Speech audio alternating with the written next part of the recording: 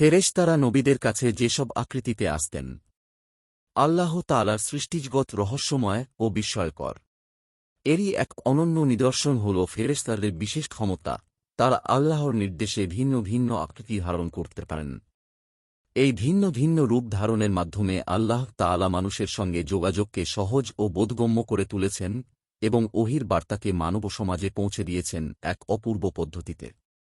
আল্লাহ তাআলা মারিয়াম আলাইহি ওয়াসাল্লামের কাছে জিবরাইল আলাইহি ওয়াসাল্লামকে মানুষের আকৃতিতে পাঠিয়েছেন। তিনি বলেন, তখন আমি তার কাছে আমার রূহ, ফেরেশতা জিবরাইল-কে প্রেরণ করলাম। সে তার সামনে এক সুঠাম মানুষের আকারে আত্মপ্রকাশ করল। সূরা মারিয়াম আয়াত 17। ইব্রাহিম আলাইহি ওয়াসাল্লামের কাছেও ফেরেশতারা মানুষের আকৃতিতে এসেছেন। তিনি বুঝতে পারেননি যে তারা ফেরেশতা। অবশেষে তারাই তাঁকে জানিয়েছেন। আল্লাহ তাআলা বলেন, যখন তিনি দেখলেন যে তাদের হাত খাবারের দিকে অগ্রসর হচ্ছে না, তখন তিনি তাদের আচরণে অসন্তুষ্ট হলেন এবং মনে মনে তাদের প্রতি ভয় অনুভব করলেন। তারা বলল, ভয় পাবেন না, আমরা লূতের কওমের প্রতি প্রেরিত হয়েছি। সূরা হুদ আয়াত 70। ফেরেশতারা লূত আলাইহি ওয়াসাল্লামের কাছে এসেছেন সুদর্শন যুবকদের চেহারায়। আল্লাহ তাআলা বলেন, যখন আমার প্রেরিত ফেরেশতারা লূতের কাছে আসল, তখন তাদের আগমনে তিনি বিষণ্ণ হলেন এবং তিনি দুশ্চিন্তায় পড়ে গেলেন এবং তিনি বললেন, আজকের দিনটি অত্যন্ত কঠিন। সূরা হুদ আয়াত ৭৭। এভাবে জিবরাইল আলাইহি ওয়াসাল্লাম নবী করিম সাল্লাল্লাহু আলাইহি ওয়াসাল্লাম এর কাছে একাধিক আকৃতিতে আসতেন।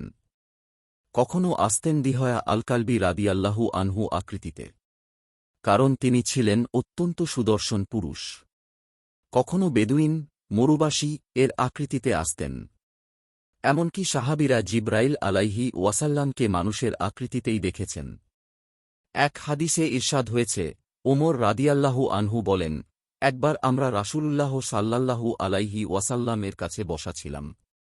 এমন সময় একজন লোক আমাদের কাছে এসে হাজির হলেন, যার পরিধানের কাপড় ছিল ধবধে সাদা এবং মাথার কেশ ছিল কুচকুচে কালো। তাঁর মধ্যে সফরের কোনো আলামত ছিল না, কিন্তু আমাদের কেউ তাকে চিনতে পারেনি। তিনি নিজের দুই হাঁটু নবী করিম সাল্লাল্লাহু আলাইহি ওয়াসাল্লাম এর দুই হাঁটুর সাথে লাগিয়ে বসলেন, আর তার দুই হাত নবী করিম সাল্লাল্লাহু আলাইহি ওয়াসাল্লাম এর দুই উরুর উপরে রাখলেন। তারপর তিনি বললেন, হে মুহাম্মদ, আমাকে ইসলাম সম্পর্কে অবহিত করুন। সহিহ বুখারী হাদিস নং ১। ফেরেশতাদের এসব বিভিন্ন আকৃতিতে আগমন আমাদের মনে করিয়ে দেয়, দৃশ্যমান জগতের বাইরেও রয়েছে এক বিস্তৃত অদৃশ্য জগৎ, যা আল্লাহর হুকুমেই আবর্তিত হয়। নিয়মিত ইসলামিক এবং স্বাস্থ্য বিষয়ক ভিডিও পেতে লাইক, কমেন্ট, ফলো এবং চ্যানেলটি সাবস্ক্রাইব করে পাশে থাকবেন। মহান আল্লাহ আপনাকে উত্তম যা দান করুক। আমিন।